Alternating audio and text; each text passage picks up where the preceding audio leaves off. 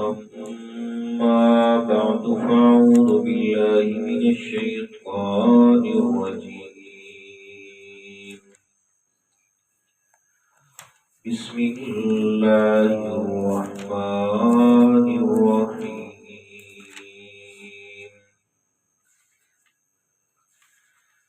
يا أيها الذين آمنوا أنفقوا مما رزقناكم من قبل أن يأتي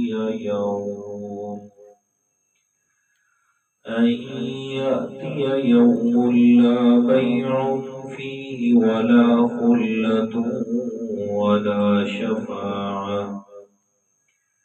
والكافرون هم الظالمون. الله لا إله إلا هو الحي القيوم لا تأخذه سنة ولا نوم له ما في السماوات وما في الأرض. من ذا الذي يشفع عنده إلا بإذنه يعلم ما بين أيديهم وما خلفهم ولا يحيطون بشيء من علمه إلا بما شاء. وسع كرسيه السماوات والأرض ولا يئوده حفظهما وهو العلي العظيم. لا إكراه في الدين قد تبين الرشد من الغي. فمن يكفر بالطاغوت ويؤمن بالله فقد استمسك بالعروة الوثقى لا انفصام لها والله سميع عليم. الله ولي الذين آمنوا يخرجهم من الظلمات إلى النور والذين كفروا أولياؤهم الطاغوت يخرجونهم من النور إلى الظلمات. أولئك أصحاب النار هم فيها خالدون. صدق الله العظيم. اللهم صل على محمد وعلى آل محمد كما صليت على إبراهيم وعلى آل إبراهيم إنك حميد مجيد. اللهم بارك على محمد وعلى آل محمد كما باركت على إبراهيم وعلى آل إبراهيم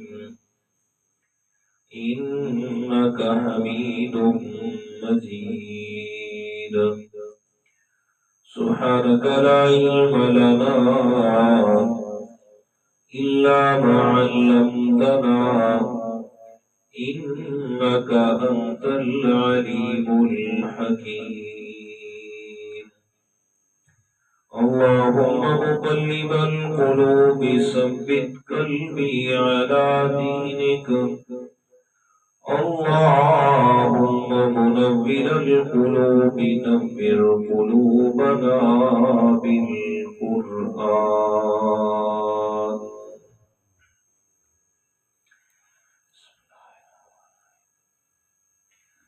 گرامی قدر سامعین، المخلصین الموحدین،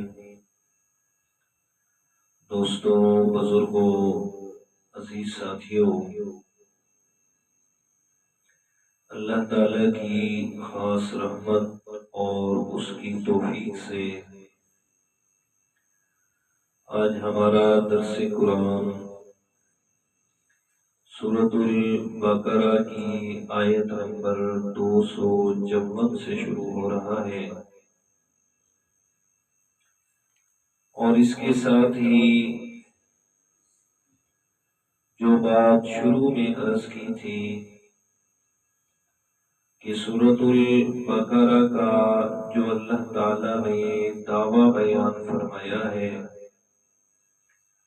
سورۃ البقرہ کے باقی مضامین کے ساتھ اللہ تعالیٰ نے 3 جگہ پر اس کو بار بار بیان فرمایا۔ پیچھے 2 جگہ پہ بیان ہو چکا، اور یہ تیسری جگہ ہے جہاں پہ اللہ تعالیٰ نے سورۃ البقرہ کا دعویٰ بیان فرمایا۔ چونکہ سورۃ البقرہ کا دعویٰ ہے کہ ساری کائنات میں معبود ہونا یہ صرف اور صرف اللہ تعالیٰ کی صفت خاص ہے، تو آیت الکرسی جو تمام تر آیات کی سردار آیت ہے، اس کے شروع میں یہ جو بیان فرمایا اللہ لا الہ الا ہو، تو اس دعوے سے پہلے اللہ تعالی نے قیامت کا ذکر فرمایا، اور اس دعوے کو دلائل سے واضح کرنے کے بعد اگلی آیت میں فرمایا لا اکراہ فی الدین، کہ دین میں کوئی جبر نہیں ہے۔ ربط یہ بنا آپس میں کہ پہلے قیامت کا ذکر فرمایا، پھر عقیدہ توحید کا ذکر فرمایا، سمجھایا یہ کہ اس قیامت کے دن میں جب کسی چیز نے بھی کام نہیں آنا، نہ مال و دولت نے، نہ دوستی یاری نے، اور نہ کسی کی زبردستی سفارش نے، اس دن بھی اگر کامیابی ملے گی تو وہ اسی عقیدہ توحید پر ہی ملے گی۔ اور پھر اگلی آیت میں فرمایا لا اکراہ فی الدین، کہ دین میں کوئی جبر نہیں ہے۔ مطلب یہ ہے میں اللہ نے دلائل سے واضح کر دیا، دلائل سے عقیدہ توحید کی وضاحت فرما دی، اور پھر میں نے زبردستی نہیں کی منوانے میں، جس کی مرضی آئے مانے، جس کی مرضی آئے نہ مانے، میں اللہ تعالیٰ نے ہدایت کو واضح کر دیا ہے۔ اب پہلے قیامت کا ذکر، پھر عقیدہ توحید، پھر آگے یہ کہ دین میں جبر نہیں ہے۔ مطلب میں نے یہ عقیدہ توحید کسی سے زبردستی نہیں بنواتا، جو بھی مانے اپنے عقل و بصیرت کو سامنے رکھتے ہوئے، اور میں اللہ تعالیٰ کی دلائل کے اندر غور و فکر کرے کہ جو میں رب کائنات دلائل بیان فرما رہا ہوں، اگر اس کے عقل کو راز آتے تو آئے، نہیں آتے تو نہ آئے، جب نہیں آئے گا تو نقصان اس کا اپنا ہوگا، میں رب کا کچھ بھی نقصان نہیں ہے۔ اب دیکھیے گا آیات کا ترجمہ صرف یہ ربط میں نے ذکر کیا ہے تاکہ واضح ہو جائے، اور پھر ترجمہ اور پھر اگلی بات۔ اعوذ باللہ من الشیطان الرجیم، بسم اللہ الرحمن الرحیم۔ یا ایھا الذین آمنوا، اے وہ لوگوں جو ایمان قبول کر چکے ہو، یعنی اے ایمان والوں، انفقوا مما رزقناکم، خرچ کرو اس مال میں سے جو میں اللہ تعالیٰ نے آپ کو رزق عطا فرمایا ہے، من قبل ان یأتی یوم، اس دن کے آنے سے پہلے پہلے لا بیع کہ جس دن میں کوئی خرید و فروخت نہیں ہوگی، ولا خلت نہ اس دن میں کوئی دوستی اور یارانہ کام آئے گا، ولا شفاعہ اور نہ اس دن میں کسی کی زبردستی سفارش کام آئے گی، والکافرون هم الظالمون فرمائے یہی کافر لوگ ہیں جو اپنے اوپر ظلم کرنے والے یعنی ظالم ہیں۔ اب آیت کریمہ کا لفظی ترجمہ تو ہو چکا اور الفاظ سنیے رب کائنات کے، ساتھ میں حضرت علی رضی اللہ تعالیٰ عنہ کا ایک فرمان بھی سنیے گا۔ جناب شیر خدا سیدنا حضرت علی رضی اللہ تعالیٰ عنہ فرماتے جب میرے دل میں یہ خواہش پیدا ہوتی ہے کہ میں اللہ تعالیٰ سے باتیں کروں تو میں نماز شروع کرتا ہوں، اس لیے کہ نماز میں انسان اپنے رب سے باتیں کرتا ہے۔ سبحانک اللہم مولا تیری ذات پاک ہے، وبحمدک اور ساری تعریفیں تیرے لیے، وتبارک اسمک اور صرف تیرا نام برکت والا ہے، ساری برکتیں تیرے نام میں، وتعالی جدک مولا تیری بزرگی سب سے بلند ہے، ولا الہ غیرک مولا تیرے علاوہ تیرے سوا ہماری عبادت کی کوئی بھی لائق نہیں ہے۔ مطلب ہے نماز میں انسان اپنے رب سے باتیں کرتا ہے۔ فرماتے جب میرا دل چاہتا ہے کہ میں اپنے رب سے باتیں کروں تو نماز پڑھتا ہوں، اور جب میرا دل یہ چاہتا ہے کہ میرا رب مجھ سے باتیں کرے تو پھر میں قرآن پڑھتا ہوں۔ اس لیے کہ قرآن میں اللہ تعالیٰ اہل ایمان سے کیا کرتے ہیں؟ باتیں کرتے ہیں۔ کیسے؟ یہ فرمایا یا ایھا الذین آمنوا، اللہ تعالیٰ فرما رہے ہیں ایمان والو، اے وہ لوگوں جو میں رب کی بات پہ اور میرے پیغمبر کی بات پہ یقین کامل رکھ کے آئے ہو، میں اللہ تعالیٰ نے آپ کو اپنے ہاں جو لقب دیا ہے وہ اہل ایمان کا دیا ہے۔ یہ میرے پیارے پیغمبر کی امت کا لقب ہے اہل ایمان۔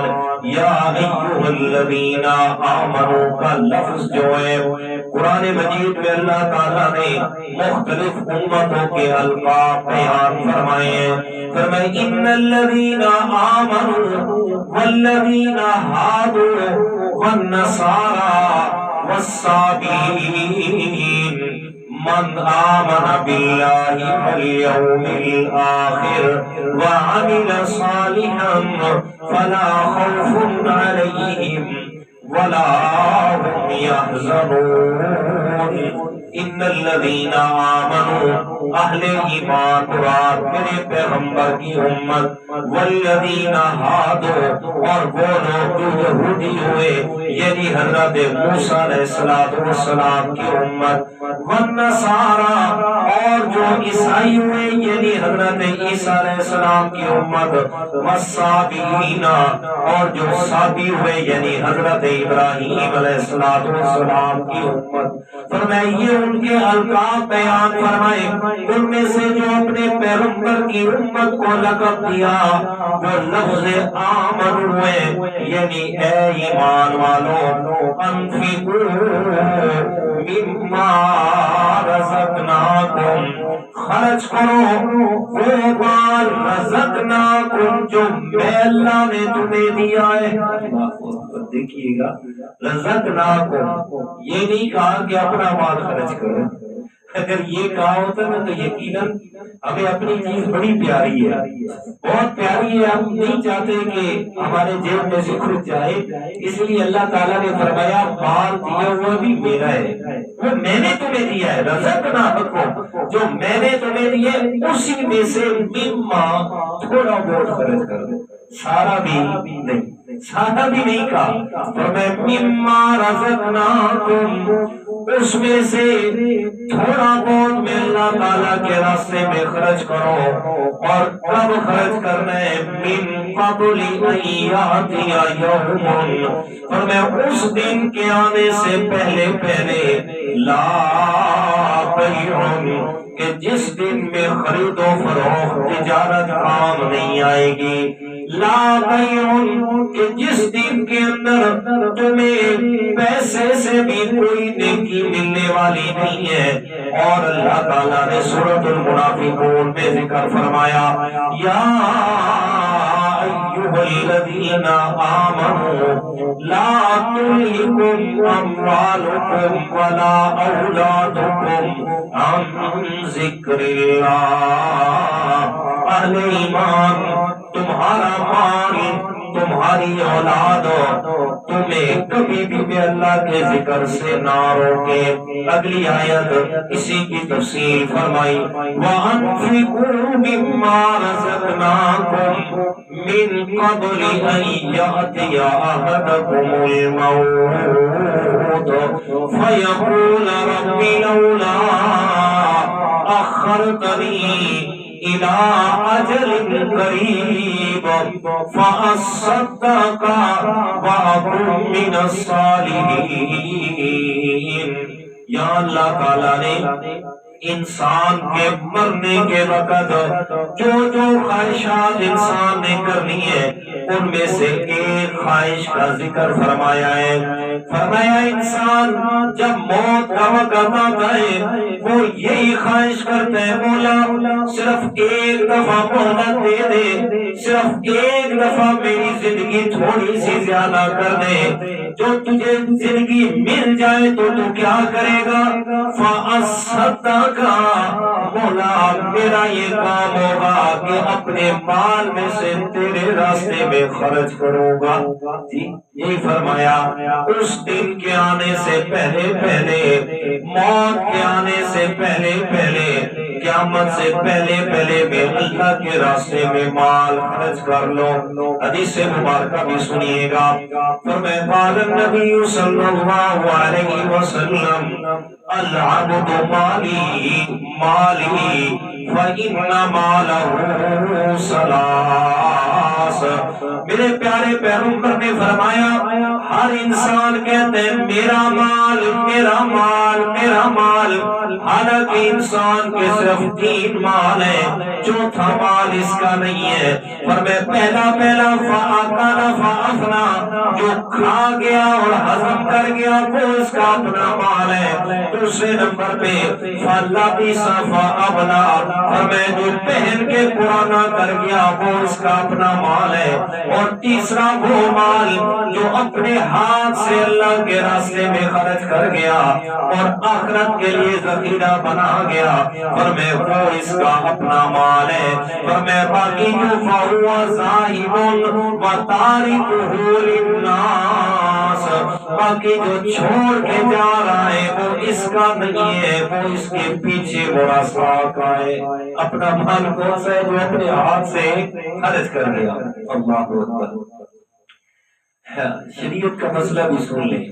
مثلا ایک آدمی کا زندگی کا آخر ہے اور زندگی کے آخر میں وہ یہ وصیت کرتا ہے کہ میرا سارا مال اللہ کے راستے میں صدقہ خیرات کر دو۔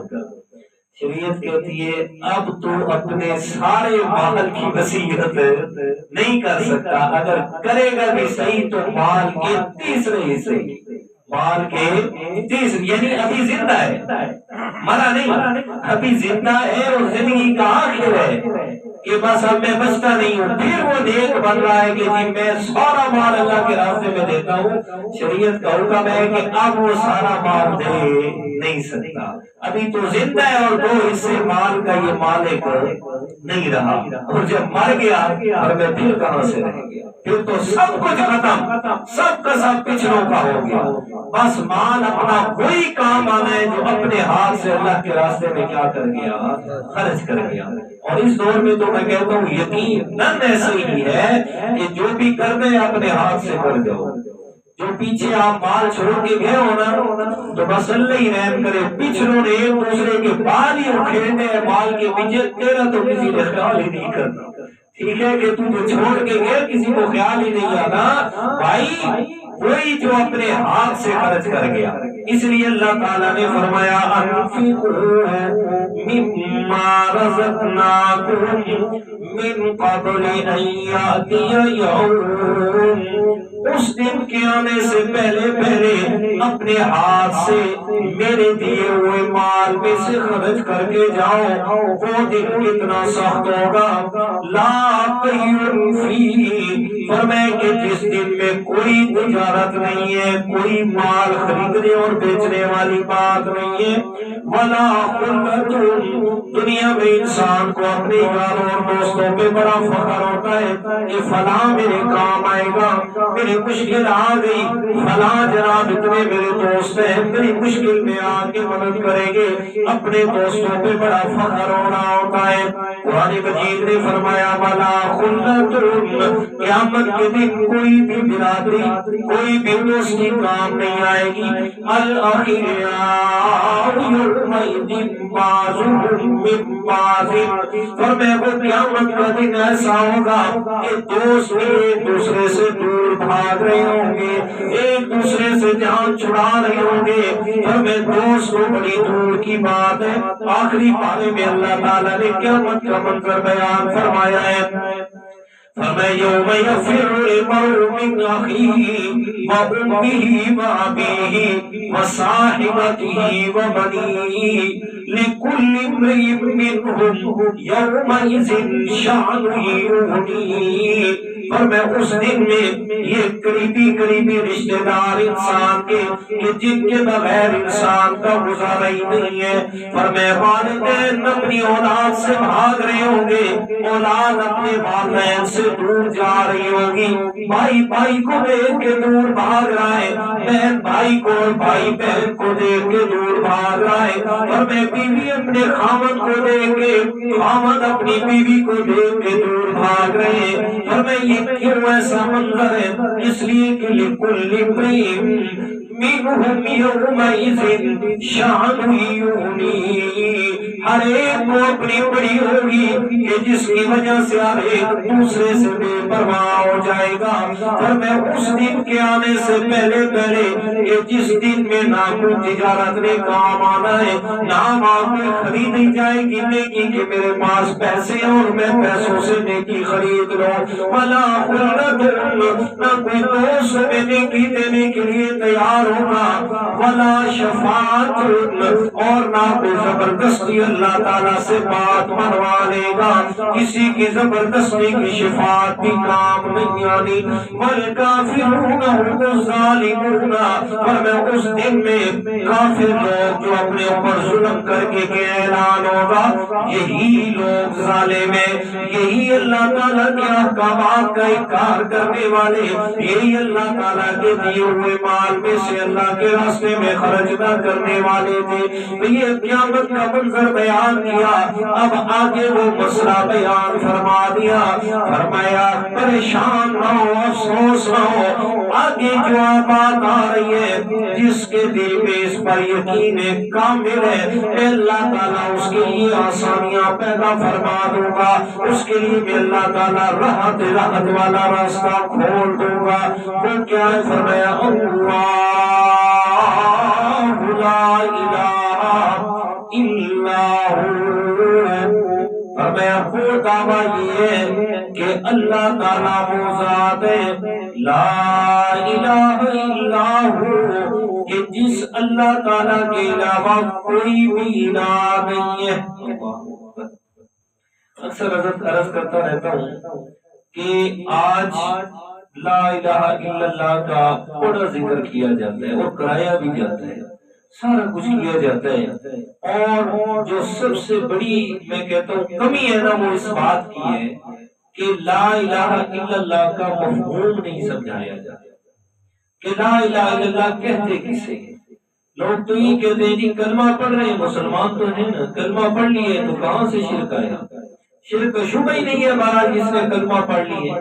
بھئی ہم بھی یہ کہتے ہیں، لیکن کم از کم اس کلمے کے جو مقاصد ہیں ان پہ تو پورا اترتا ہونا۔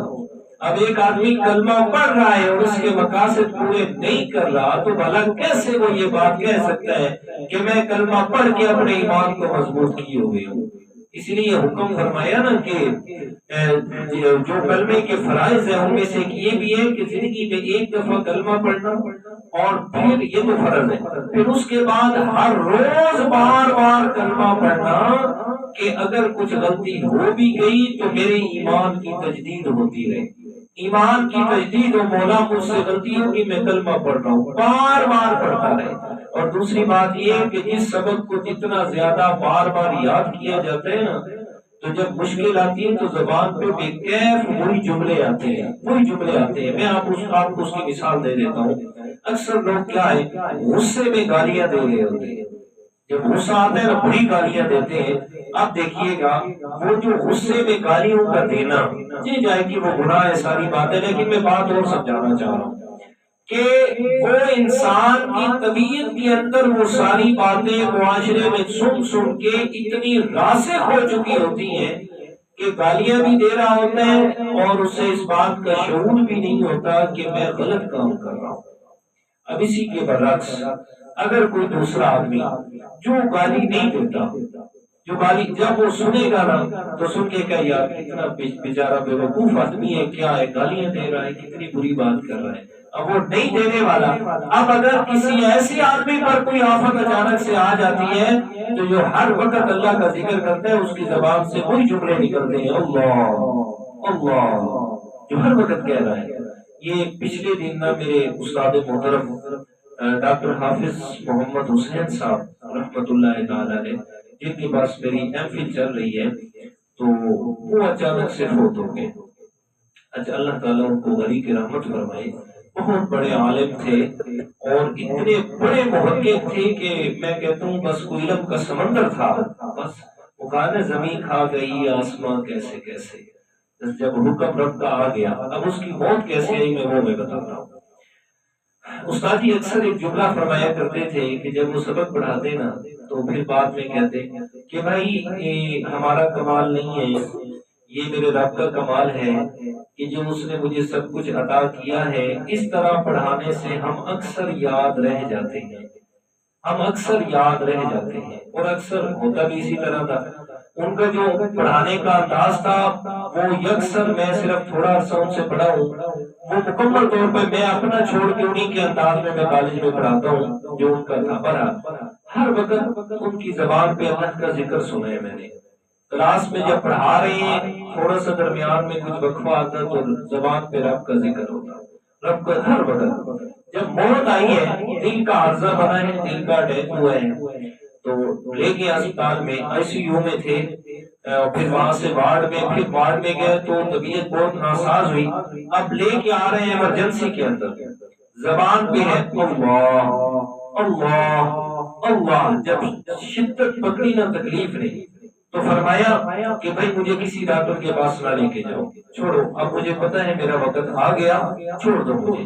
خود سے سیدھے ہوئی اور سیدھے ہو کے بلند آواز میں کلمہ پڑھا، اور پھر اتنی بلند آواز میں اللہ اللہ کہنے لگے کہ وہ جو آس پاس کی پوری وارڈ جو ہے نا ان کی اللہ اللہ سے گونج اٹھی، اور اسی طرح اللہ اللہ کہتے ہوئے ان کی روح نکل گئی۔ جی وہ کیا تھا؟ وہ پیچھے سے محنت تھی، ساری زندگی وہ اللہ اللہ کہتے کہتے گزری، تو موت کے وقت بھی وہی زبان پہ اللہ کا لفظ آیا۔ اس لیے جس حد تک زیادہ ذکر رب کا ہوگا، مرنے کے وقت بھی اسی رب کا ذکر اس زبان پہ آئے گا، اور اگر نہیں ہوگا تو پھر اللہ تعالیٰ ہی معاف فرمائے۔ جی تو یہاں اللہ تعالیٰ نے آیت الکرسی کے اندر ایک دعویٰ بیان کیا اور دعویٰ کو پھر اس کے اثبات کے لیے 10 دلائل بیان فرمائے، 10 دلائل۔ اور وہ دعویٰ کیا ہے؟ وہ یہ کہ اللہ لا الہ الا ہو، میں اللہ تعالیٰ وہ ذات ہوں کہ جس کے علاوہ تمہاری عبادت کے اور کوئی بھی لائق نہیں ہے۔ الہ، اب لفظ الہ جو ہے نا، اگر یہی سمجھ آ جائے تو پھر ساری بات سمجھ آ گئی۔ لفظ الہ، الہ کا معنی معبود، معبود بھی عربی زبان کا لفظ ہے، معبود عبادت کے لائق، عبادت بھی عربی زبان کا لفظ ہے، تو کیا معنی ہوگا؟ اللہ لا الہ الا ہو، اللہ تعالیٰ وہ ذات ہے کہ جس کے علاوہ کوئی بھی عبادت کے لائق نہیں ہے۔ آپ الہ کا معنی سمجھو، حضرت یونس علیہ السلام کی دعا دیکھیے گا، سورۃ الانبیاء میں اللہ تعالیٰ نے فرمایا وَظَنُّونَ إِذْ ذَهَبَ مُغَاضِبًا فَظَنَّ أَن لَّن نَّقْدِرَ عَلَيْهِ فنادى في الظلمات أن لا إله إلا أنت سبحانك إني كنت من الظالمين۔ حضرت یونس علیہ السلام مچھلی کے پیٹ میں اور بڑی مشکلات میں پھنسے ہوئے ہیں اور اندھیروں کے اندر ہے۔ حضرت یونس علیہ السلام نے اس مشکل کے اندر اپنے رب کو پکارا تو ان الفاظ میں کہ لا الہ الا انت، مولا تیرے علاوہ کوئی بھی اور الہ نہیں ہے۔ کیا مطلب؟ میری اس مشکل میں مدد کرنے والا تیرے علاوہ اور کوئی بھی نہیں ہے۔ اب سمجھیے گا، اللہ لا الہ الا ہو، اللہ تعالیٰ وہ ذات ہے جو مشکلات میں مدد کرنے والی ذات ہے۔ یہ الہ کا معنی، اور میرے دوست، نماز بھی عبادت ہے، روزہ بھی عبادت ہے، حج بھی عبادت ہے۔ یہ تو سارے کے سارے لوگ اللہ کے لیے نماز پڑھتے ہیں، روزہ بھی رکھتے ہیں تو اللہ کے لیے، حج بھی کرتے ہیں تو اللہ کے لیے۔ اگر کہا جائے کہ جناب آپ یہ عبادت کس کی کرتے ہیں تو جواب یہ دیا جاتا ہے نماز، روزہ، حج، زکات ہم اللہ تعالیٰ کے لیے کرتے ہیں۔ پھر بھی شرک کیسے ہو رہا ہے؟ تو یہ رب کے قرآن نے واضح کر دیا کہ عبادت صرف نماز روزے میں بند نہیں ہے، بلکہ عبادت نام ہے اس بات کا کہ جب بھی آپ مشکل میں پھنسے، جب بھی آپ کسی بیماری میں آئے ہیں، تو اب آپ اس مشکل میں کس کو مشکل کشا سمجھ کے کس کو پکار رہی ہے؟ جیسے کہ حضرت یونس علیہ السلام نے پکارا ہے رب کو، اور قرآن مجید کی آیت سنیے گا 24واں پارہ ہے، فرمایا وَقَالَ رَبُّكُمْ ادْعُونِي أَسْتَجِبْ لَكُمْ إِنَّ الَّذِينَ يَسْتَكْبِرُونَ عَنْ عِبَادَتِي سَيَدْخُلُونَ جَهَنَّمَ دَاخِرِينَ۔ اللہ تعالیٰ فرماتے ہیں وَقَالَ رَبُّكُمْ، تمہارا رب یہ فرما رہا ہے ادْعُونِی، مجھ سے دعا کیا کرو، مجھ سے مانگا کرو، استجب لکم، میں تمہاری دعاؤں کو قبول فرماتا ہوں۔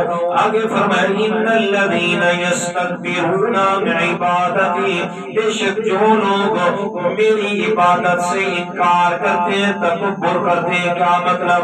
پہلے دعا کا ذکر کیا، پھر آگے عبادت کا ذکر فرمایا، تو دعا کرنا ہی وہی تو عبادت ہے۔ مشکل میں اپنے رب کو پکارنا، اسی کا نام تو عبادت ہے۔ تو الہ کسے کہا جاتا ہے میرے پنڈا کے نوجوان ساتھیوں؟ الہ کا معنی یہ ہے فرمائے جسے تم اپنی مشکل میں مشکل کشا سمجھ کے پکار رہے ہو، وہی تو الہ ہونے کے لائق ہے، وہی تو تمہاری مدد کرنے والا ہے۔ اب اگر اللہ سے مانگ رہے ہو تو پھر تو مبارک ہے تمہیں اپنا مشکل کشا اپنے رب کو مانا اور کلمے کا مقصد سمجھ لیا اور اپنا عقیدہ بچا لیا۔ اور اگر کسی بھی مشکل میں میرے رب کو چھوڑ کے چے جائے کہ یا رسول اللہ مدد کیوں نہ کا، یا علی مدد کیوں نہ کا، یا غوث اعظم مدد کیوں نہ کا۔ اور میرے دوست اسی کا نام تو شرک ہے، اسی کا نام کیا ہے جی؟ شرک ہے۔ اور جس کے نام اعمال میں یہ شرک والا گناہ آ گیا، قیامت کے دن اس کے لیے جہنم واجب ہو جائے گی۔ میرے پیغمبر نے شفاعت بھی نہیں کرنی، شفاعت ہونی ہے تو صرف اہل ایمان کی ہونی ہے، شفاعت ہونی ہے تو صرف ان لوگوں کی جن کے نام اعمال شرک سے پاک ہو گئے، جن کے نام اعمال میں شرک والا گناہ نہ آیا۔ وہ میرے پیارے پیغمبر وہ جو معراج کے موقع پہ میرے اللہ کے پاس تشریف لے گئے، اللہ تعالیٰ نے امت کے لیے وہ جو 3 تحفے عطا فرمائے، پہلے ایک نماز کا تحفہ، دوسرے نمبر پر سورۃ البقرہ کی آخری 2 آیات کا تحفہ، اور تیسرے نمبر پہ فرمایا میرے پیارے پیغمبر اگر آپ امت کا اتنا فکر کر رہے ہیں، میں اللہ تعالیٰ آپ سے وعدہ کرتا ہوں کہ آپ کا امتی جو بھی میرے پاس آیا اگر اس کے نام اعمال میں شرک والا گناہ نہ ہوا، میں آپ سے اس کی بخشش کا وعدہ فرماتا ہوں۔ اللہ اکبر جی۔ اس لیے میرے پیارے دوستوں اپنے آپ کو شرک سے بچا کے رکھنا ہے، شرک سے بچا کے رکھنا ہے۔ اور اگر شرک والا گناہ آ گیا تو پھر کچھ بھی انسان کی نیکی رب کے ہاں پہنچنے والی نہیں ہے۔ اچھا جی اب آگے اللہ لا الہ الا ہو، اللہ تعالیٰ وہ ذات ہے کہ جس کے علاوہ کوئی بھی مشکل میں مدد کرنے والا نہیں ہے۔ اب یہ جو دعویٰ کیا ہے اب اس پر دلائل بیان کیے جا رہے ہیں۔ پہلی دلیل فرمایا الحی، فرمایا میں کیوں تمہاری مشکل میں مدد کرنے والا ہوں، اس لیے کہ ہمیشہ زندہ رہنے والا کون ہے؟ فرمایا الحی، ہمیشہ زندہ رہنا یہ صرف میں اللہ کی صفات ہے، جسے سورۃ الفرقان میں فرمایا وَتَوَکَّلْ عَلَى الْحَيِّ الَّذِي لَا يَمُوتُ۔ میرے پیارے پیغمبر جناب مدنی کریم صلی اللہ علیہ وسلم آپ بھی اس ذات میں بھروسہ کیجئے، اس ذات میں اپنا اعتماد لگائیے گا۔ فرمایا عَلَى الْحَيِّ الَّذِي لَا يَمُوتُ، فرمایا جو ہمیشہ زندہ رہنے والا ہے اس پر کبھی بھی موت نہیں آنی۔ فرمایا موت سے پاک صرف میں اللہ تعالیٰ کی ذات ہے۔ اور سورۃ الرحمن میں کیا فرمایا؟ فرمایا کل من علیہا فان وَيَبْقَى وَجْهُ رَبِّكَ ذُو الْجَلَالِ وَالْإِكْرَامِ۔ فرمایا ساری کائنات نے فنا ہو جانا ہے، ساری کائنات نے ختم ہو جانا ہے، اور باقی رہنے والی ذات ہے تو صرف کس کی؟ اللہ اکبر۔ فرمایا جب ہمیشہ زندہ رہنے والا میں ہوں تو پھر میرے علاوہ تمہاری مشکل میں مدد کرنے والا بھی اور کوئی نہیں ہے۔ یہ صرف میری صفت ہے الحی، کہ میں ہمیشہ زندہ رہنے والا ہوں۔ اگر نہ کیا فرمایا سورۃ الحج میں 17ویں پارے میں وما جعلنا لبشر من قبلک الخلد افإن مت فهم الخالدون۔ اور میرے پیارے پیغمبر اعلان فرما دے وما جعلنا لبشر من قبلک الخلد، اور میں دنیا کائنات میں کوئی بھی انسان ہمیشہ رہنے کے لیے نہیں آیا۔ افإن مت، اور میرے مدنی کریم صلی اللہ علیہ وسلم اگر آپ پہ موت آنی ہے تو بھلا آپ کے دشمنوں نے بھی ہمیشہ نہیں رہنا، اور میں ان پر بھی ضرور موت آ جائے گی۔ اور میرے دوستوں الحی، ہمیشہ رہنے والا، ہمیشہ زندہ رہنے والی ذات صرف ایک اللہ تعالیٰ کی ہے۔ جب ہمیشہ اس نے زندہ رہنا ہے تو پھر اس کے علاوہ تمہارا اور میرا کوئی اور مشکل کشا بھی نہیں ہے، ہماری عبادت کے لائق بھی نہیں ہے۔ اور سوچئے گا میرے دوستوں، اگر کسی نے اللہ کے علاوہ دنیا پہ زندہ رہنا ہوتا، اللہ تعالیٰ کے علاوہ کوئی اور دنیا میں ہمیشہ زندہ رہنے والا ہوتا، تو وہ میرے پیارے پیغمبر امام الانبیاء سرور کائنات جناب محمد رسول اللہ صلی اللہ علیہ وسلم ہوتے۔ اس لیے کہ اللہ کے بعد اگر کسی کا نمبر ہے تو وہ میرے پیغمبر کا صلی اللہ علیہ وسلم کا ہے۔ شان ہے، مقام ہے، عزت ہے، مرتبہ ہے، احترام ہے۔ جب وہ دنیا میں نہ رہے، اپنا وقت گزارنے کے بعد اللہ تعالیٰ کے پاس چلے گئے، حضرت اما عائشہ صدیقہ طیبہ طاہرہ مطہرہ رضی اللہ تعالیٰ عنہا میرے پیارے پیغمبر کی موت کی عینی گواہ ہے، عینی شاہد ہے۔ حضرت اما عائشہ صدیقہ رضی اللہ تعالیٰ عنہا فرماتی ہے اللہ تعالیٰ نے مجھے کچھ خاص اوصاف و شان سے نوازا ہے، پر میں پہلا میرا امتیازی شان یہ ہے کہ اللہ تعالیٰ کے پیارے پیغمبر کا لعاب اور میں عائشہ کا لعاب زندگی کے آخری ایام میں میرے پیارے پیغمبر کے ساتھ مل گیا۔ کیسے؟ پر میں اللہ تعالیٰ کے پیارے پیغمبر زندگی کے آخری ایام میں بڑا سخت بخار ہے، میرے پیارے پیغمبر صلی اللہ علیہ وسلم کو حضرت اما عائشہ صدیقہ کے بھائی حضرت عبد الرحمن بن ابی بکر رضی اللہ تعالیٰ عنہ تشریف لاتے ہیں۔ آپ کے ہاتھ میں مسواک ہے، میرے پیارے پیغمبر نے مسواک کی طرف دیکھا اور پھر حضرت عائشہ کی طرف دیکھا ہے۔ آپ علیہ السلام کی خواہش کو میری اماں سمجھ گئی اور پھر اپنے بھائی سے مسواک لیا، اللہ کے پیارے پیغمبر کو پیش فرمایا۔ میرے پیارے پیغمبر نکات اور کمزوری اتنی زیادہ ہے، مسواک جما نہیں سکتے، اللہ کے پیارے پیغمبر نے حضرت عائشہ کو دیا۔ میرے پیارے پیغمبر کی زوجہ محترمہ نے اپنے لعاب سے دانتوں کے نیچے چبا کے لعاب سے نرم فرمایا اور پھر کوئی لعاب لگا ہوا مسواک میرے پیارے پیغمبر نے کیا۔ قربان جاؤں، یہ میری اماں عائشہ صدیقہ کو شان ملی ہے، مقام ملا ہے، پر میں جس کے لعاب کو میرے پیارے پیغمبر اپنے لعاب کے ساتھ ملا رہے ہیں، پر میں ذرا محبت کا اندازہ لگائیے گا۔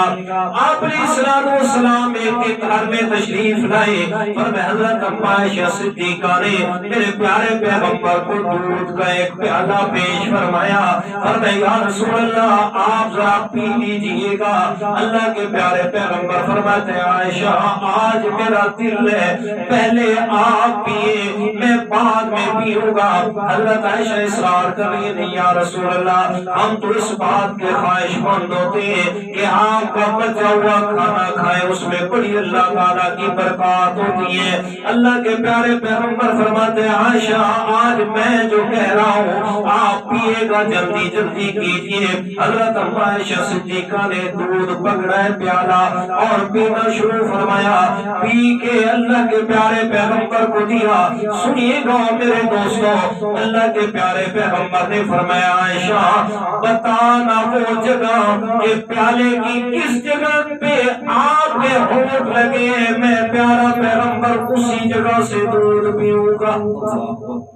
جی یہ محبت کا طریقہ بھی سکھا دیا، پر میں اپنی بیوی کے ساتھ رہنے تو کیسے انداز میں رہنا ہے۔ جی آج تو حالات ہی کچھ اور ہے نا، آج تو حالات ہی کچھ اور ہے۔ جی نوجوان اور جناب خاوند نے یہ سمجھ لیا ہے کہ بیوی کا تو حق ہی یہ ہے کہ بس ہر وقت گھر کے اندر اس کو جناب اور ہر وقت آگے لگا کے رکھنا ہے، کبھی پیار محبت کی زبان میں اس سے بات نہیں کرنی۔ جی اگر عورت کبھی کر بھی دے تو فوراً اس کو جھنک دینا، تو کون ہوتی ہے مجھ سے اتنی فری ہو کے بات کرنے والی؟ بھائی اگر تیری بیوی تم سے فری نہیں ہوگی تو کون ہوگا اور کون ہوگا؟ میرے پیارے پیغمبر قربان جاؤں کیسی تربیت فرمائی ہے، فرمایا عائشہ اسی جگہ پہ ہاتھ رکھنا جہاں آپ کے ہونٹ لگے ہیں، میں پیارا پیغمبر بھی اسی جگہ سے دودھ پینا چاہتا ہوں۔ یہ میرے پیارے پیغمبر کی بڑی محبت ہے حضرت عائشہ رضی اللہ تعالیٰ عنہا سے۔ اگر ادھر چل پڑا نا تو پھر یہ موضوع رہ جائے گا. اگلی بات سنیے گا. تو پہلی امتیازی خصوصیت حضرت عائشہ فرماتی ہے کہ زندگی کے آخر میں میرا لعاب آپ صلی اللہ علیہ وسلم کے لعاب کے ساتھ مل گیا.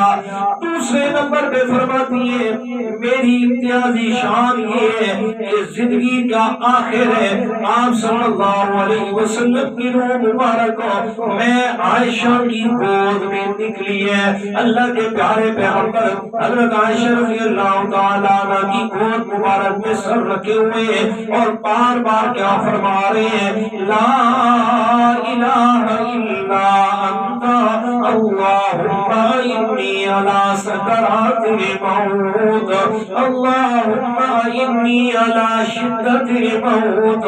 مولا میں پیارا پیغمبر تم سے عرض کرتا ہوں میری موت کی سختیوں میں مدد فرما دے, موت کی شدت میں میری مدد فرما دے. لا الہ الا انت تیرے علاوہ میری اس مشکل میں مدد کرنے والا اور کوئی بھی نہیں ہے. کیا سمجھایا اور دنیا کائنات کے لوگوں اگر اللہ کے علاوہ کوئی اور موت سے پاک ہوتا یا کوئی اور تمہاری عبادت کے لائق ہوتا تو وہ میں پیغمبر ہونے کا حقدار تھا. جب میرے اوپر بھی موت کی سختیاں آ گئی, میرے اوپر بھی موت ریحان آنا تھا اور آ گئی, اب میرے علاوہ جب کوئی اور شان والا اتنا ہے نہیں, جب میں موت سے نہیں بچ سکا تو کوئی اور بھی موت سے نہیں بچ سکے گا. اور جس پر موت آ جائے وہ کبھی بھی تمہارا مشکل کشا بننے کے لائق نہیں ہو سکتا.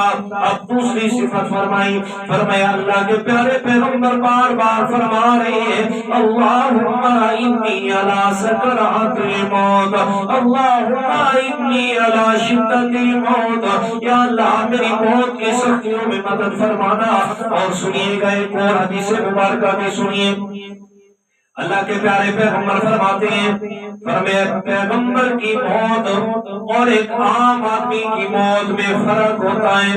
فرمایا عام آدمی کی موت ہے جب وقت آ گیا فوراً سے حضرت اسرائیل علیہ السلام یا وہ جو ان کی جماعت مقرر ہے فرمایا آتے ہیں روح قبض کر کے لے گئے. لیکن پیغمبر کی موت یہ ہے پہلے اللہ تعالیٰ حضرت جبرائیل کو بھیجتے ہیں جہاں میرے پیغمبر سے پوچھ گیا فرمایا کیا دنیا میں رہنا چاہتا ہے یا میں اللہ کے پاس آنا چاہتا ہے.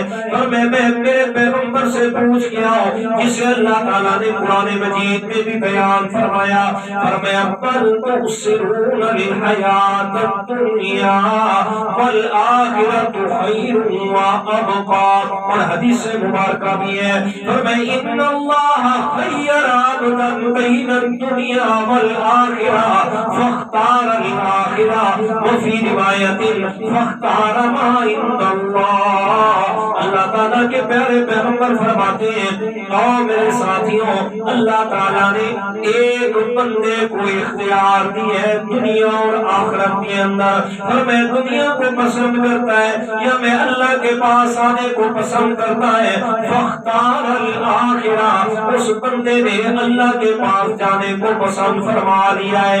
یہی تو وہ موقع تھا کہ میرے پیارے پیغمبر سوموار والے دن فوت ہوئے. جمعرات والے دن آ کر میرے پیارے پیغمبر نے ظہر کے وقت زندگی کا آخری خطبہ ارشاد فرمایا اور یہی حدیث فرمائی ان اللہ خیر عبدا بین الدنیا والآخرہ. سارے صحابہ کرام سن رہے ہیں. دیکھا نا حضرت ابوبکر صدیق رضی اللہ تعالیٰ عنہ یہ الفاظ میرے پیغمبر کی زبان سے سن کے زاروں قطار رو رہے ہیں. اتنا روئے نا ہچکیاں بن گئی. صحابہ کرام دیکھ رہے حیران ہیں یارو اللہ کے پیغمبر نے کسی آدمی کی بات کی ہے. حضرت ابوبکر کیوں رونے ہوئے جا رہے ہیں. آگے پوچھا ابوبکر کیوں رو رہے ہیں. اللہ کے پیارے پیغمبر کے صحابی فرماتے ہیں اور میرے دوستوں تمہیں کیا پتا ہے اس بندے سے کوئی اور اور مراد نہیں ہے، بلکہ اس سے مراد اللہ کے پیارے پیغمبر خود ہے کہ اب اللہ کے پیغمبر ہمارے درمیان نہیں رہنا چاہتے، اللہ کے پاس جانا چاہتے ہیں۔ فرمایا میرے پیارے پیغمبر نے جب یہ انداز دیکھا ہے، اسی لیے حضرت ابوبکر صدیق کو رازدار نبوت کہا جاتا ہے۔ فرمایا وہ جو نبوت کے اشاروں میں بات کی ہوئی ہے، فرمایا اگر کوئی سمجھ سکا تو میرا صدیق اکبر ہی تھا۔ اللہ اکبر، اللہ اکبر۔ فرمایا حضرت جبرائیل نے آ کے بتائیں کہ یا رسول اللہ، اللہ فرما رہے ہیں میرے پاس آنا چاہتا ہے کہ دنیا میں رہنا چاہتا ہے۔ وہ ایک اور حدیث مبارک اللہ کے پیارے پیغمبر نے حضرت فاطمہ کو بلایا رضی اللہ تعالیٰ عنہ، ایک کان میں بات کی ہے۔ حضرت فاطمہ رضی اللہ تعالیٰ عنہ زاروں قطار رو رہی ہیں۔ اللہ کے پیارے پیغمبر نے فرمایا فاطمہ رو نہیں، دوسرا کان کر۔ دوسرے کان میں فرمایا حضرت فاطمہ مسکرانے لگی ہیں۔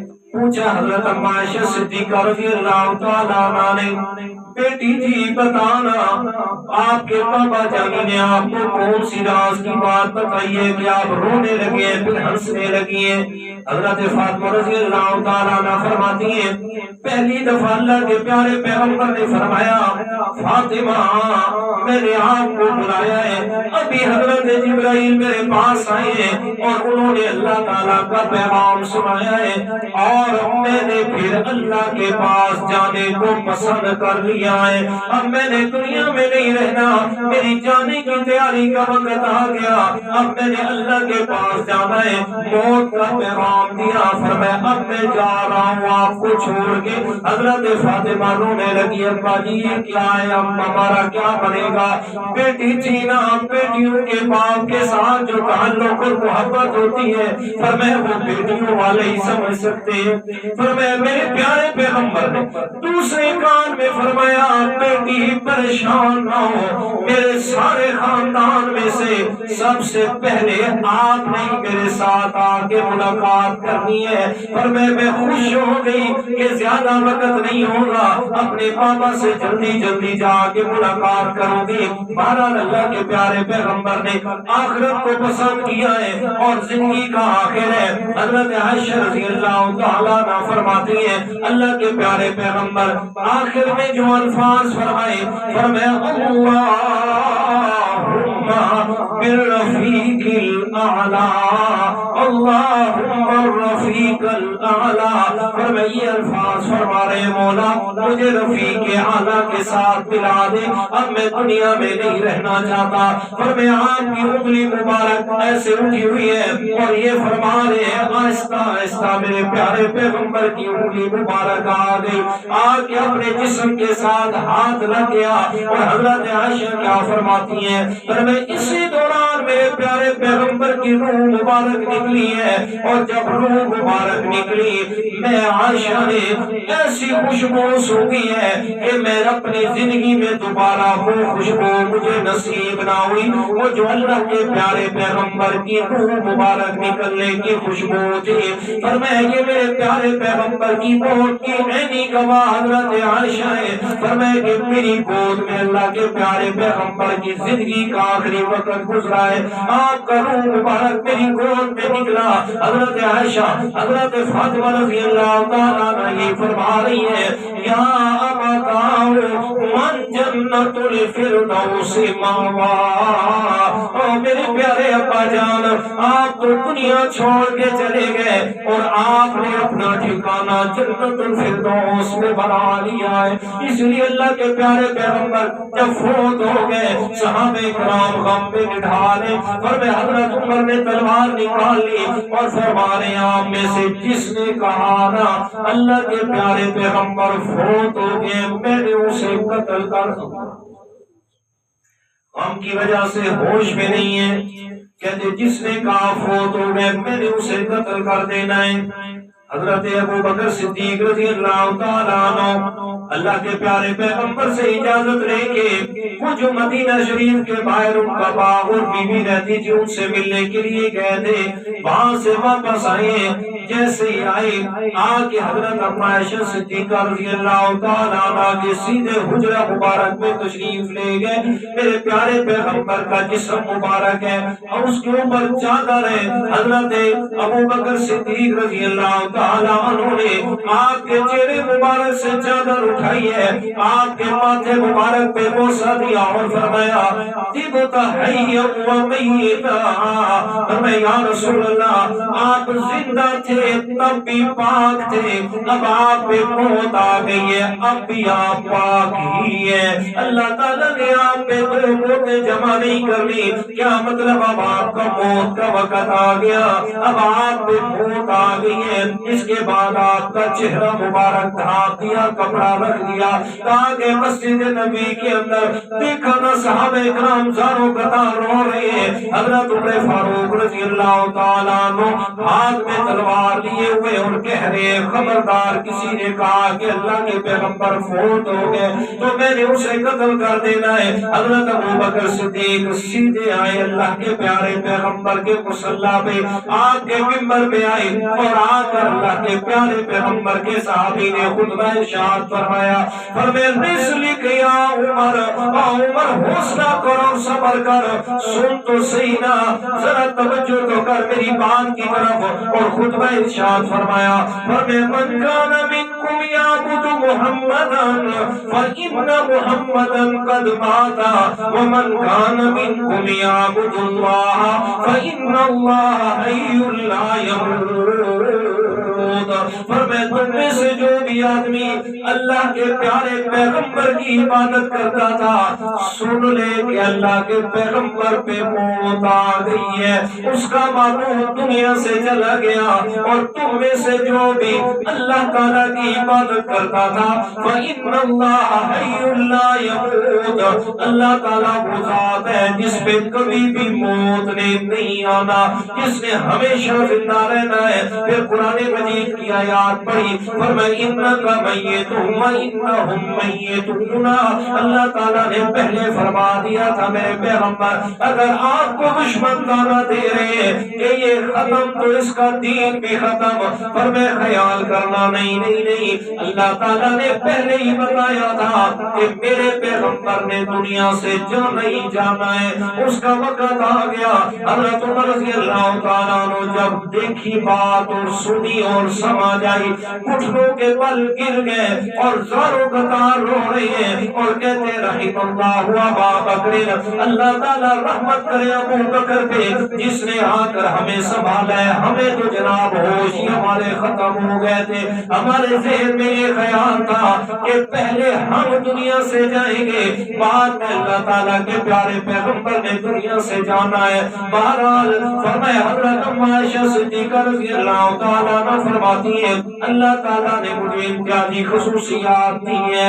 پہلا میرا لعاب اللہ کے پیغمبر کے لعاب سے مل گیا ایک, دوسرے نمبر پہ اللہ کے پیارے پیغمبر کی روح مبارک میری گود میں پرواز کی ہے, اور تیسری صفت میری یہ ہے کہ میرے حجرے میں اللہ کے پیارے پیغمبر کی آخری آرام گاہ ہے.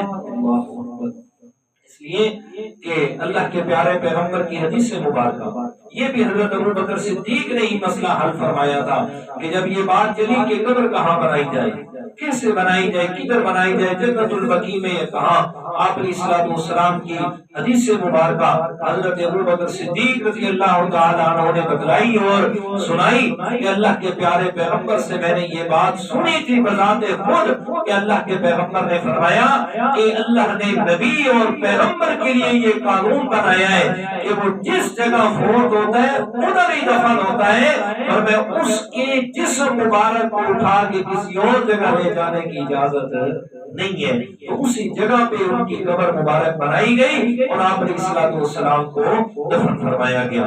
تو فرمایا الحیّ, اللہ تعالیٰ وہ ذات ہے جو تمہارا مشکل کشا ہے, تمہاری مدد کرنے والا ہے, تمہاری عبادت کے لائق ہے, تمہاری نظر و نیاز کے لائق, نظر و نیاز کے لائق ہے. آج 22 رجب ہے نا, جمعے والے دن بھی میں نے عرض کیا تھا 22 رجب سیدنا حضرت امیر معاویہ رضی اللہ تعالیٰ عنہ کی وفات کا دن ہے. اور اس میں ہمارے جو اللہ تعالیٰ انہیں ہدایت دے، ہم تو دعا بھی کر سکتے ہیں، وہ جو یہ بات کہہ کے 22 رجب کو حضرت امام جعفر صادق رحمت اللہ تعالی علیہ کے نام کے کنڈے بناتے ہیں اور کہتے ہیں کہ اس دن میں ان کی وفات یا پیدائش تھی، ہم ان کے نام کے بناتے ہیں۔ حالانکہ میرے دوستو یاد رکھو، میں نے جمعے والے دن بھی بتایا تھا کہ حضرت امام جعفر صادق رحمت اللہ تعالی علیہ کی رجب کے اندر نہ پیدائش ہے اور نہ وفات ہے جی۔ ان کی پیدائش شوال 80 ہجری کو ہوئی ہے اور ان کی وفات ان کی پیدائش رمضان 80 ہجری کو ہوئی اور ان کی وفات شوال 140 ہجری کو ہوئی۔ یہ میں نے بڑی وضاحت سے جمعے پہ یہ عرض کیا تھا۔ اور یہ جو کنڈے بناتے ہیں یہ ان کی نہ کوئی انہوں نے کہا تھا، نہ ان کے نام پہ، نہ کوئی ان کی پیدائش نہ وفات۔ اصل میں کیا ہے کہ حضرت امیر معاویہ رضی اللہ تعالیٰ عنہ کی وفات کا دن ہے اور اس پر وہ خوشی مناتے ہیں، اس پر خوشی مناتے ہیں، ہم کنڈے بناتے ہیں۔ ہمارے اہل سنت والجماعت کا دعویٰ کرنے والے سنی ہمارے بھائی بھی ان کے ساتھ برابر کے شریک ہو رہے ہوتے ہیں اور جناب بڑے بڑے پتہ نہیں کیا کیا چیزیں بنائی اور پھر اس میں شریک ہو اور عیاشیاں کی اور کھائیں اور خوشی منائی کہ جناب یہ اچھا ہوا فوت ہو گیا ان کی زندگی میں، اللہ تعالیٰ معاف فرمائے۔ اور ان پہ پھر طرح طرح کے بکواسات اور نام تان کیے۔ جمعے پہ میں بڑی تفصیل سے یہ بات عرض کر چکا ہوں۔ حضرت امیر معاویہ رضی اللہ تعالیٰ عنہ کے بارے میں، ان کی شان اور عظمت میں مکمل میں نے تفصیل سے بات عرض کی تھی۔ یہاں یہی سمجھ لیں کہ بھائی الہ اور معبود ہونا یہ صرف اللہ کی صفت ہے کہ اپنی عبادت، چاہے وہ عبادت زبانی ہو، چاہے وہ عبادت جسمانی ہو، چاہے وہ عبادت مالی ہو، تمام تر عبادات کے لائق صرف کس کی ذات ہے؟ اللہ تعالیٰ کی ذات ہے۔ یہ جو نظر و نیاز کرنا یہ مالی عبادت ہے۔ نظر، نیاز، عبادت، منت، منوتی، یہ سارے کے سارے الفاظ عبادت کے معنی میں آتے ہیں اور عبادت کے لائق صرف کس کی ذات ہے؟ اللہ تعالیٰ کی۔ یہ جو کسی کے نام کی نیاز دی جا رہی ہے، چاہے جیسے محرم میں نیاز حسین بنائی جاتی ہے اور بانٹی جاتی ہے جی، ہمارے اپنے دیوبندی ساتھی بھی، میں حیران ہوتا ہوں، اپنے سنی ساتھی بھی جناب پانی کی سبیلیں لگا کے کھڑے ہوتے ہیں جی، بڑا ثواب ہے جی، بڑا ثواب ہے۔ میں آ رہا تھا ہرنولی شہر سے واپس، 2 محرم کی شام تھی اور راستے میں 8 چل کے ساتھ جو ہے نا وہاں میرے جاننے والے تھے، وہ کھڑے تھے۔ جیسے انہوں نے دیکھا وہاں بالکل گاڑی کے آگے کھلا رہا اس کا ٹھنڈا پانی دودھ بڑا ہی کھلوٹے تھے۔ میں ہاتھ جو ہے نا تھوڑے کو، میرا تو روز ہے، میرا روز ہے، میں نہیں کیوں جی، میں کہ اللہ دے بندے سنت طریقہ تو تھوڑا جو نہیں پتا میں کی کرا۔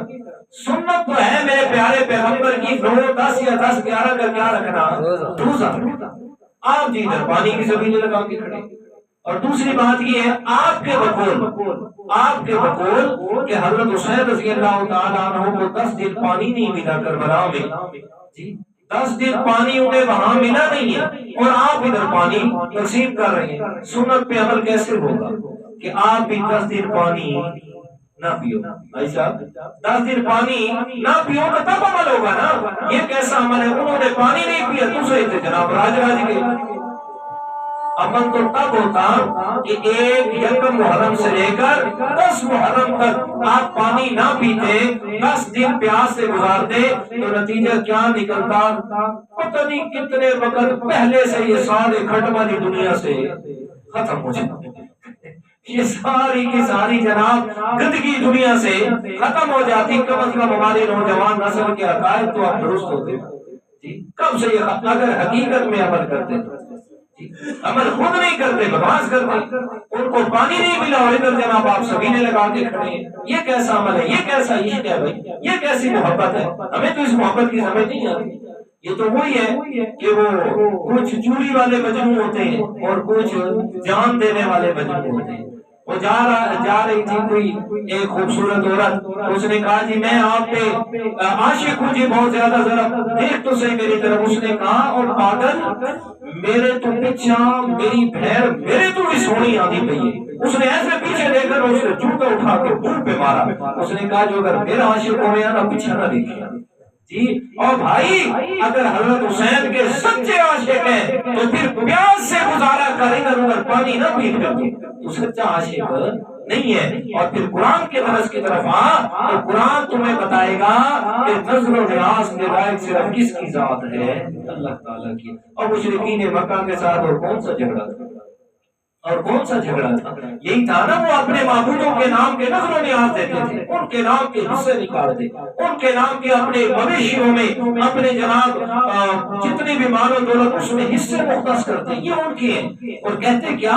اللہ تعالیٰ تو سخی ذات ہے، اللہ تعالیٰ تو غنی ذات ہے، اسے ہمارے مال کی کیا ضرورت ہے؟ یہ ہمارے خدا بیچارے غریب ہیں، یہ ہمارے خدا ہے ہمارے خدا لیکن ہے بیچارے غریب، ان کو تو مال و دولت کی ضرورت ہے، اس لیے ہم اپنے مال میں سے ان کے نام کی کیا نکالتے ہیں؟ حصے نکالتے ہیں۔ اگر زندگی میں ساتھ دیے تو آگے سورہ یونس بھی آ رہی ہے اور سورۃ الانعام بھی آ رہی ہے۔ سورۃ الانعام جس کے بارے میں ہمارے استاد محترم فرمایا کرتے تھے، سورۃ الانعام یہ اللہ کا بہت بڑا انعام ہے، اگر کوئی سمجھ لے تو ساری زندگی اس کی کامیابی کی طرف آ جائے۔ اس میں اللہ تعالیٰ نے قرآن کی سورۃ الانعام کے اندر عقائد کی بھی وضاحت فرمائی اور احکامات اور اعمال کی بھی وضاحت فرما دی، عقائد بھی درست ہو جائیں اور اعمال بھی درست ہو جائیں۔ بہرحال میں بار بار جو محنت کرتا ہوں درس کی اسی لیے کرتا ہوں، آؤ گے تو کچھ سمجھ آئے گی، نہیں آؤ گے تو بھائی کیا سمجھ آئے گی؟ اب وہ دور تو ہے نہیں کہ جی موبائل ہے ٹھیک ہے مانتے ہیں، جدید دور ہے، موبائل ہے سارا کچھ ہے، لیکن کون ہے جو اس پہ قرآن سنتا اور جناب پڑھتا ہے؟ کون ہے؟ میں اکثر نا کالج میں میں بچوں سے یہ سوال کرتا ہوں کہ آج کے دن میں اچانک سے جا کے سوال کرتا ہوں، بیٹا جھوٹ کسی نے نہیں بولا، سیدھی بتائیں آج کے دن میں جو 24 گھنٹے آپ گزار کے آئے گھر میں یہاں تک، اپنے رب کو حاضر ناظر کر کے بتاؤ کہ کس کس نے اپنے موبائل کی سکرین پہ قرآن پڑھا یا سنا ہے؟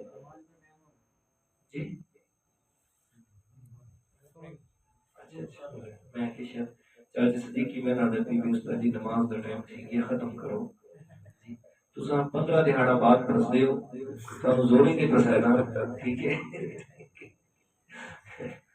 بہرحال نہیں ایسی بات نہیں ہے، میں مزاق کر رہا ہوں۔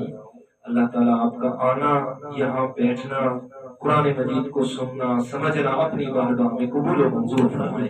آپ لوگ یقیناً یقیناً یقیناً بہت زیادہ خوش نصیب ہو جو قرآن مجید کو سمجھنے کی نیت سے مسجد میں آ کے بیٹھے ہو۔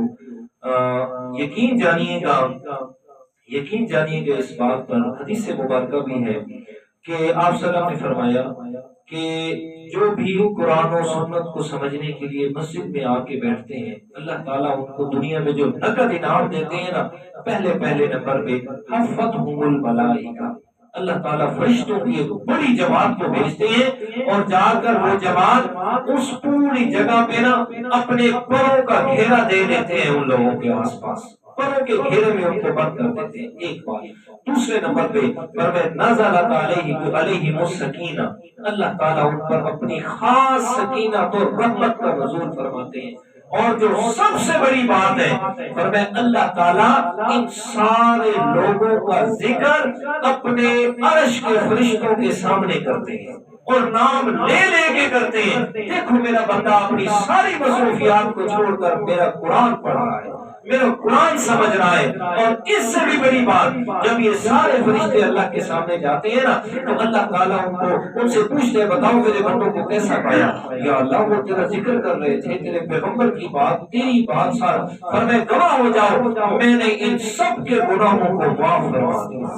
جی اس سے بھی بڑی بات، فرشتے آگے سے کہتے ہیں مولا یہ سارے تو سننے کے لیے نہیں آئے تھے، یہ تو سارے سمجھنے کے لیے نہیں آئے تھے، ان میں سے تو ایک دو بندہ وہ بھی تھا کہ جس نے ان آدمیوں سے ملنا تھا اپنے کام سے جو مسجد میں درس سننے کے لیے بیٹھے تھے، تو یہ ان کے انتظار میں بیٹھے بیٹھے یہ بھی درس میں بیٹھ گئے۔ اللہ تعالیٰ فرماتے آگے سے اعلان کرتے ہیں اور میرے فرشتوں یہ میرا قرآن سیکھنے سکھانے والے اتنے عظیم لوگ ہیں کہ جو ان کے ساتھ آ کے بیٹھ گیا میں اللہ نے اس کی بھی مغفرت فرما دی۔ جی اس لیے درس قرآن کو معمولی بات نہ سمجھا کرو دوستو، کہ ہم درس قرآن میں جا کے بیٹھے، کوئی معمولی بات ہے، ایسے استاد نے کہہ دیا، چلو منہ اڑا سے دے پائے گئے، استاد یہ نہ کہے کہ جناب آپ تو بیٹھتے نہیں لیں، جو آپ بیٹھیے آپ کی وہ جو عزت اور عظمت اور شان اور مقام ہے یہ تب پتہ چلے گا جب ہم قیامت کے دن اپنے رب کے سامنے جائیں گے کہ ان جو یہ چند لمحے گزرے ہوئے، یہ جو چند سیکنڈ منٹ اور گھنٹہ گزرا ہوا، اس کی جب قیمت ہمیں قیامت کے دن ملے گی نا، اس کی جزا ملے گی، تو تب انسان یہ کہے گا ہائے کاش کہ میں کوئی اور کام بھی نہ کرتا، سارا وقت ہی میرا اسی کام میں گزرتا۔ تو آپ لوگوں سے مجھے محبت ہے، یہ نہیں ہے میں محبت ہے تو مذاق کر دیتا ہوں، باقی اور بات نہیں ہے۔ اللہ تعالیٰ آپ کی جو ہے وہ محبتوں کو قرآن مجید کے ساتھ اور زیادہ بڑھا دے، اور جنون اور عشق کی حد تک ہمیں قرآن مجید سے لگاؤ ہو جائے۔ جب قرآن سے لگاؤ ہو گیا تو پھر اللہ کے حکم سے انشاءاللہ قرآن مجید کی سمجھ نہیں، ہمیں شرک اور بدعات کے گھیروں سے نکالنا ہے۔ ابھی قرآن مجید کی آیت آ بھی رہی ہے بہرحال، تو آج کی یہ جو اس حوالے سے 22 رجب کے حوالے سے بات کو ذہن نشین کر کے جائیے گا، کسی طرف سے بھی کوئی حلوہ، کوئی روٹی، کوئی ڈبل روٹی، کوئی چیز بھی آتی ہے تو خدا را استعمال نہیں کرنی، اس لیے کہ میں نے جمعے والے دن بھی قرآن مجید کی آیت پڑھ کے بتائی تھی کہ غیر اللہ کی نظر و نیاز یہ خنزیر سے بھی بڑھ کے حرام ہے۔ جی یاد رکھیے گا، ایک آیت پڑھ دیتا ہوں، انما حرم علیکم المیتۃ والدم ولحم الخنزیر وما اہل بہ لغیر اللہ۔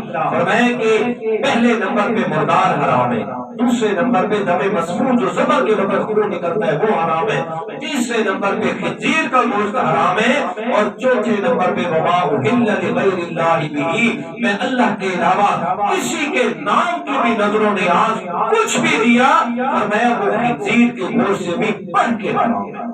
اس لیے کہ یہ ترقی من الادنی الی الاعلی اس درجے میں ہے۔ اللہ تعالیٰ نے پہلے کم درجے والا، پھر اس سے اعلیٰ، پھر اس سے اعلیٰ، پھر اس سے اعلیٰ حرام کا ذکر کیا، فرمایا پہلے درجے کا حرام مردار ہے، اس سے بڑا حرام دم مسفوح ہے، اس سے بڑا حرام خنزیر ہے، اور ان سب سے بڑا حرام وما اہل لغیر اللہ بہ، ہر وہ چیز جو میں اللہ کے علاوہ، میں اللہ کو چھوڑ کر کسی اور کے نام پہ دیا گیا، فرمایا یہ بکرا فلاں حضرت کے نام کا، یہ کنڈے میر جعفر امام جعفر صادق کے نام کے، فرمایا یہ 11ویں کا دودھ حضرت شیخ عبد القادر جیلانی کے نام کا، جی یہ خنزیر سے بھی بڑھ کے کیا ہے، حرام ہے۔ تو اس حرام سے بچنا ہے، خدا را ان محفلوں میں جانے سے بھی اور ان کی آئی ہوئی چیزوں کو کھانے سے بھی اپنے آپ کو کیا کرنا ہے، بچانا ہے۔ جو آج 22 رجب ہے اور رات کے وقت یہ کونے بنیں گے، اس کی حقیقت میں ساری آپ کو بتا چکا ہوں۔ اللہ لا الہ الا هو الحی، یہ ایک صرف میں نے آپ کے سامنے دلیل وہ جو تھی الحی، اور میں ہمیشہ زندہ رہنے والا میں اللہ تعالیٰ ہوں، اس لیے تمہارا مشکل کشا ہونا یہ صرف میں اللہ تعالیٰ کے لائق ہے، تمہاری عبادات کے لائق ہونا، تمہاری نظر و نیاز کے لائق ہونا، اور میں تمہاری تمام تر حاجات کو پورا کرنے والا ہونا، اور میں تمہارا حاجت روا ہونا، ساری کائنات کا مختار کل ہونا، ذرے ذرے کا عالم الغیب ہونا، فرمایا کہ ہر جگہ پہ موجود ہونا، حاضر ناظر ہونا، یہ میں اللہ کی صفت ہے۔ کیوں؟ اس لیے کہ ہمیشہ زندہ رہنے والا کون ہے؟ اللہ تعالیٰ ہے۔ انشاءاللہ اس سے آگے اگلے درس میں ہوگا۔ اللہ تعالیٰ عمل کی توفیق عطا فرمائے۔